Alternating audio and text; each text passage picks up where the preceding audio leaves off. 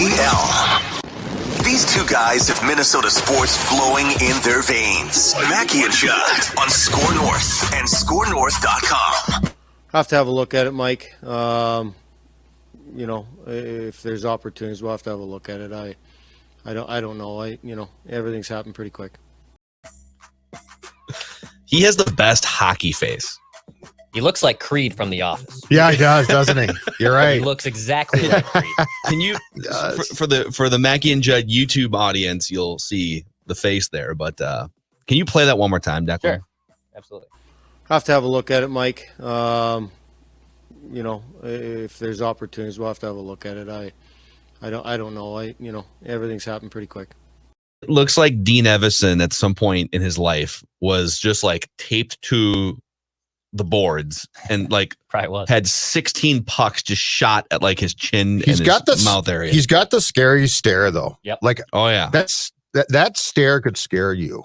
It scares me. If he just like stopped on the street and said, "Hey, Phil," and then he just stared like that, I think you'd be like, "Stop that! Stop that! Don't do that anymore. I don't like that." So, all right, we're gonna clear the floor here for Judd Zulgad because anytime we get either a text or an email from Judd, upset about something, in this case, Zach Parise last night at the end of that game, it's worth clearing the floor for. So I don't know why you can't just enjoy the season, but yeah, why can't you join Kaprizov? Just the Wild are 2 points out of first place in their new division. They could have been in first place too. I'm incapable of enjoying things when others screw them up for me. How does that sound? So go ahead. Okay, so first of all, I have praised, and so has Dex, the Wild up and down because they have made numerous changes that, by the way, we all called for. They've gotten rid of, well, I could go through the whole list, but I won't. But anyway, they cleared the locker room out because that's what was necessary. Doesn't matter if people as individuals were good guys or had talent. It was a bad locker room with selfish people who did what was best for them far too often, which costs the team. I feel like that's not, I mean, it's a side street real quick, but like, I feel like that's not something that gets talked about as much. If it kind of feels, because it's hard to sort of quantify it, but there's always been kind of a weird vibe that prevents them from maybe being as good as they could be the last 8 years. Yes, but I think it was obvious to those who were around the team that this was a problem. And Guerin, who was a captain and won cups during his career, it doesn't take a lot if you played to look at that room and be like, okay, this don't work. All right. So you're now down to a few guys who were left from previous years. And that includes Zach Parise, who, again, I think is a decent guy. Like, this is not an attack on his character. The nice guy, but I love it. But here's the problem. The problem is that he comes very much from the people that set the tone of looking after themselves first in that room. And last night, the Wild, 4 second period goals, up 4-2 in Vegas. Now, they're about to take first place, but I don't really care about that. What I care about is they're about to beat a really good hockey team in what has been a fantastic game.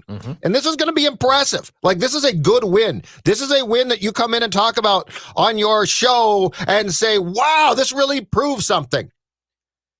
Vegas scores to make it 4-3. Okay, it happens.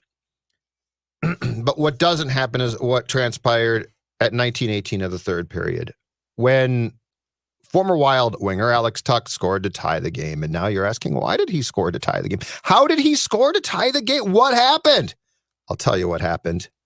The old Wild reared its ugly head in the person of Zach Parise and the selfishness which has cost this franchise time and time again, and the exact reason why that locker room was cleared out, okay? Here's the shift. First of all, Parise is now a third line wing. He is akin to a fourth starter in baseball. Don't be a hero. Just do your damn job, right? Like, you're not the ace, and that's cool. We don't need you to try and blow guys away. What we need is a crafty gem from you today. And in this last shift that results in the game tying goal, Zach Parise decides to extend his time on ice to 1 minute and 33 seconds late in a game at his age. That is an eternity, and that reeks of a guy who thinks he's still really good. So here's the maddening thing. On the ice at that point are Sturm, Foligno, and Parise. The Vegas goaltender is out. The puck comes out to the neutral zone. Foligno, so as the puck comes out to the neutral zone, Sturm hustles off the ice, which he should do. Mm-hmm. And they change there. Then Foligno gets the puck in the neutral zone and skates it into Vegas territory and basically gets it deep. And you know what he does? He pirouettes around. And by the way, he's got 2 goals and he is a better player right now than Parise. He pirouettes around and uses the remaining energy that he has from his shift to get his ass off the ice because he's tired, because he knows that they need fresh legs. So what does Zach do? With an opportunity to do the exact same thing, Zach Parise decides, I'm going to glide right back down that ice and I ain't going anywhere. Okay. So Vegas now comes into the wild zone and Pacioretty passes the puck to Mark Stone. It goes off Parise's stick because he's too damn tired to break up the play. If you're not tired, you break up that play and you either score an empty net goal or you at the very least get the puck cleared and that series that entry as far as the Golden Knights are concerned ends. But he can't do it. So now the puck gets passed right in front and Parise's basically standing there completely gassed now to Alex Tuch, who scores. 1:33 on this is exactly why these guys were traded. Like it is the poster child. And the last thing, Dean Evison, you've now been tested. What are you going to do? Because you basically allowed or had a mediocre player flaunt it in your face that he remains bigger than the team. Do you think Zach Parise in that moment, like after the goal is scored, after he fails to break up the play and he's been on the ice for a minute and a half, which may not seem like a lot but like in hockey it is like that, especially toward the end of a game, like that can be an eternity. And if you don't have young legs, it's less about like the wind and it's more about the legs, I would think at that point. But I also quit hockey when I was 8. So I don't know. But do you think Zach looks at that with self-awareness and thinks to himself, all right, I got a little over my skis there. A little bit of a lack of. I'm not the same guy I was 10 years ago. Maybe 10 years ago I can extend my shift in that spot, but that's a learning moment for me. Or do you think he thinks, well, somebody else clearly made a mistake on that shift? Do you think he owns the mistake in his head? In his head, I don't know, and my guess is no. But when Foligno, who right now is a better player than you, flies off the ice and you see it and you decide, screw it. That's all. If I'm the Wild, if I'm Guerin, it's all I need to see to make my decision about what he did. What would your decision be? Like what would the accountability be here? That's a tough one because they're down guys right now. Like I would personally love to scratch him for the next game. Wow. He's a third line winger. And he just Parise. Yeah, you know what? There are ramifications for actions that I didn't clean this room up. I didn't go to all the work. I didn't trade Nina Ryder. I didn't trade Coyle. I didn't trade Granlund. I didn't trade Zucker? Or I didn't let Zucker. Fires goes wide. I didn't let Koivu walk out the door. To have this happen to me, like this is the problem. This has been how many times, Phil? We've done this show for what? 7 years, 8 years now? How many times did we have this very discussion about selfishness? About putting yourself first, about assuming, well, I'm really good. So first of all, no, you're not. Second of all, you had a guy that you saw going to the bench. You could have done the exact same thing. So I guess my answer to your question is no, I don't. I think that he might say the right things to the coaching staff, but I do not think he understands that what he did was a purely selfish move that put himself above the team and is exactly what this team has worked its ass off to clean up. It's why a guy like Stahl has gone too, because he got here and he loved it. And he basically said, I'm going to retire here while I'm playing. while I'm playing. Yeah, but seriously, See what but you did there. That's I good. got the Dyna house. I built the rink for the kids. This is great. Oh, we won. Oh, we lost. Yeah, there is a little bit of a vibe like, oh, Minnesota, this is great. Like state of hockey. If everyone either played for the Gophers or went to high school here or went to Shattuck or whatever. Like, so like it's like retirement. It's like retirement zone north, Yes. right? Yes. So I get that. But I think, all right, I don't disagree with you. I mean, scratching Zach Parise is a whole nother level. And they're not going to do it. I don't think they're going to do it either. It's not happening. But this is what I would do. This is probably about as difficult, like aside from guys getting arrested or different things, like in terms of locker room and team dynamics. And it's not just with the Wild and Parise right now. I would think if you're a coach in any different, like when Kevin Garnett starts to go a little bit off the deep end and like, oh, we're going to have to scale his minutes back. That's an impossible conversation for Doc Rivers to have with Kevin Garnett. Remember that story about, and I'm not putting Garnett and Parise on the same level, by the way. Mm-hmm. Garnett's one of the greatest of all time. Parise's a really good player, a very good player. Mm-hmm. But remember that story about KG being told by Doc Rivers during a Boston Celtics practice, like, dude, stop. Like, we need you to, you're resting, you're hurt.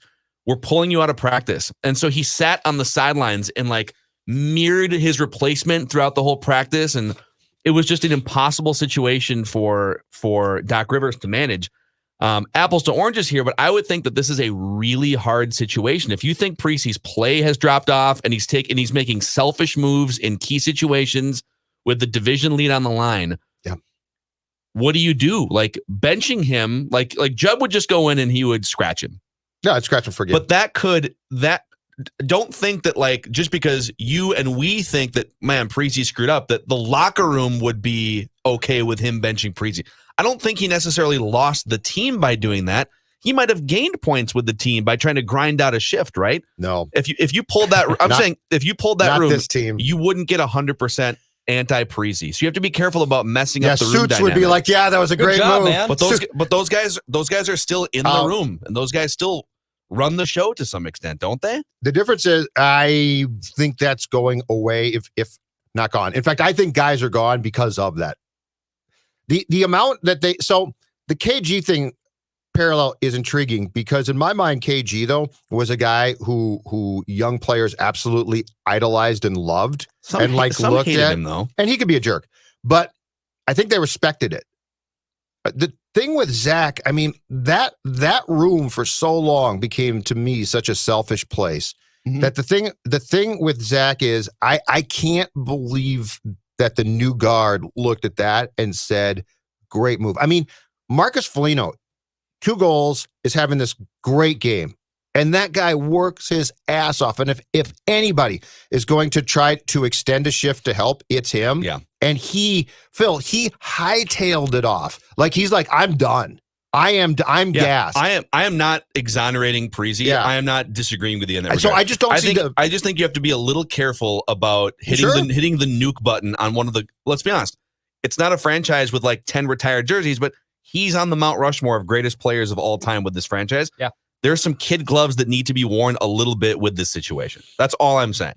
And you just said, I'm going to nuke it and put him on the bench. I'd scratch him for a game. What would you do, Declan? I definitely wouldn't scratch him. I'd have a conversation with him. I'd have one of those classic hockey practice conversations where the media takes a hilarious bird's eye view of a one-on-one talk by the bench. But there is something to be said about his game dropping off, I think. I mean, his shot attempts is around where he is the last few years, but he's not converting them. So there could be some unluckiness there.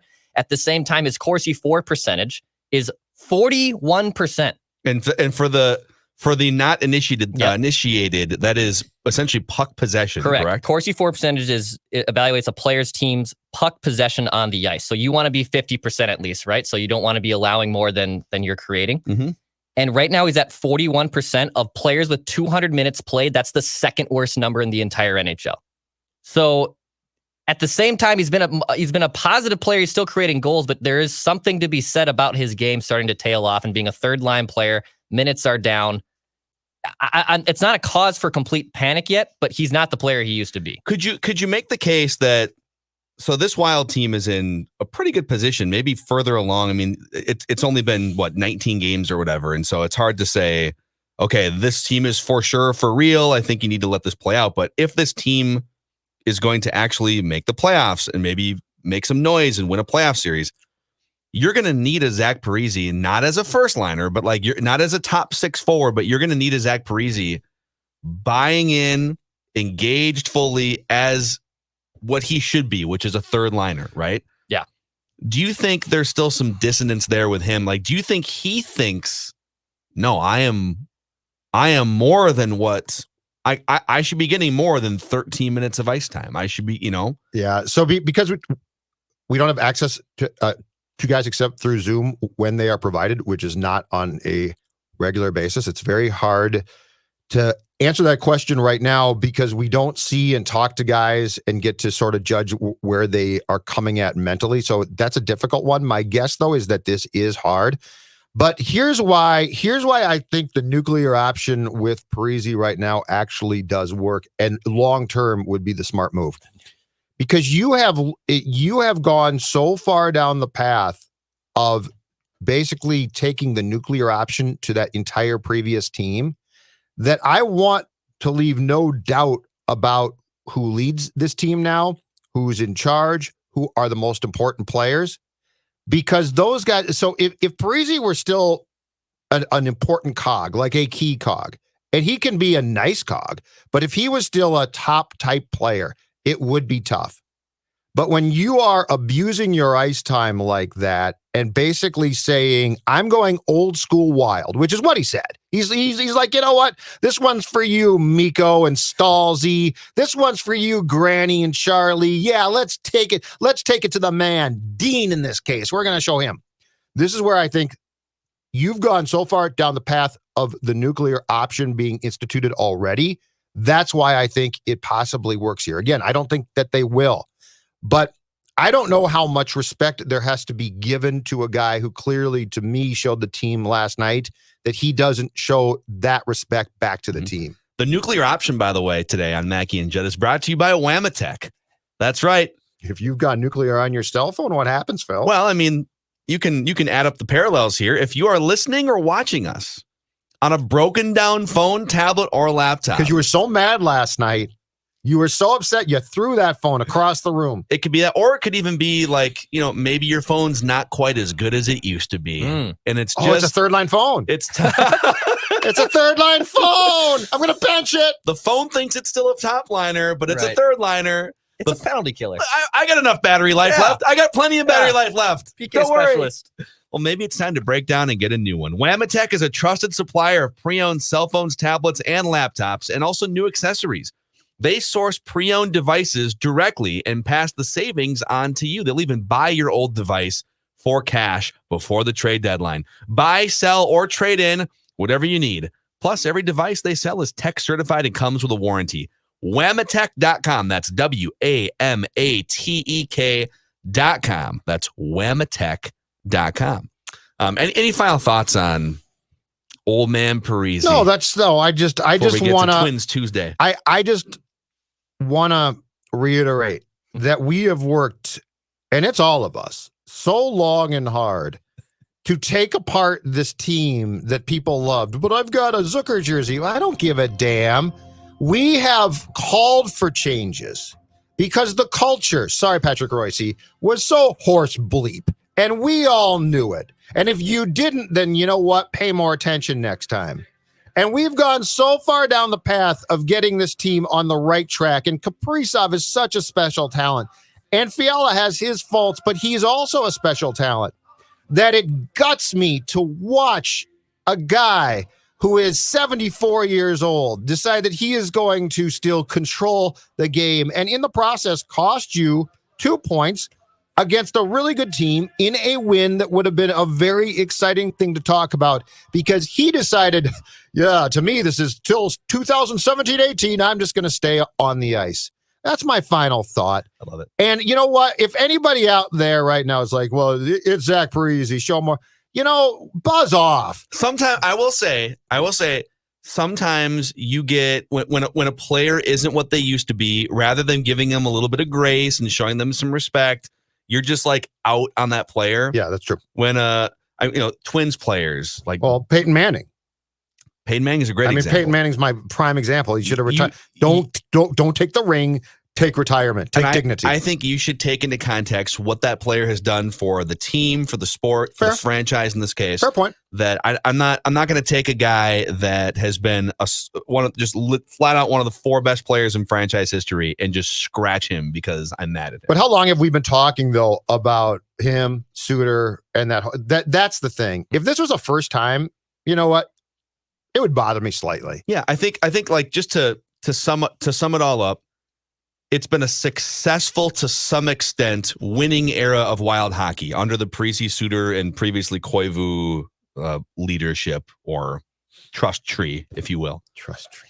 But it's also been like those guys clearly weren't good enough to take the Wild even to the doorstep of the Stanley Cup final. They never made it past the second round. And so it kind of felt like, and this has happened before with the Twins, and it's clearly happening with the Vikings. It's pretty much a Minnesota sports thing, except the Timberwolves just can't even make the playoffs in a league where mathematically it's harder to miss than make. We get so comfortable with, things are pretty good, and even get haughty about how things are pretty good, rather than wanting things to be championship level good. And I think the Suter, Parise, and previously Koivu era is a great microcosm of things are pretty good around here. And we're gonna keep it that way. We're not gonna evolve. We're not going to empower young players.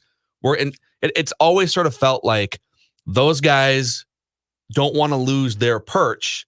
And so rather than building a culture that's accepting of all of the young players and even coaches to some extent, like I'm not saying that Mike Yeo was going to be the next great NHL coach, but in some cases, I don't think those guys even gave coaches a chance behind the scenes. They just thought, this guy's an idiot and I know better, right?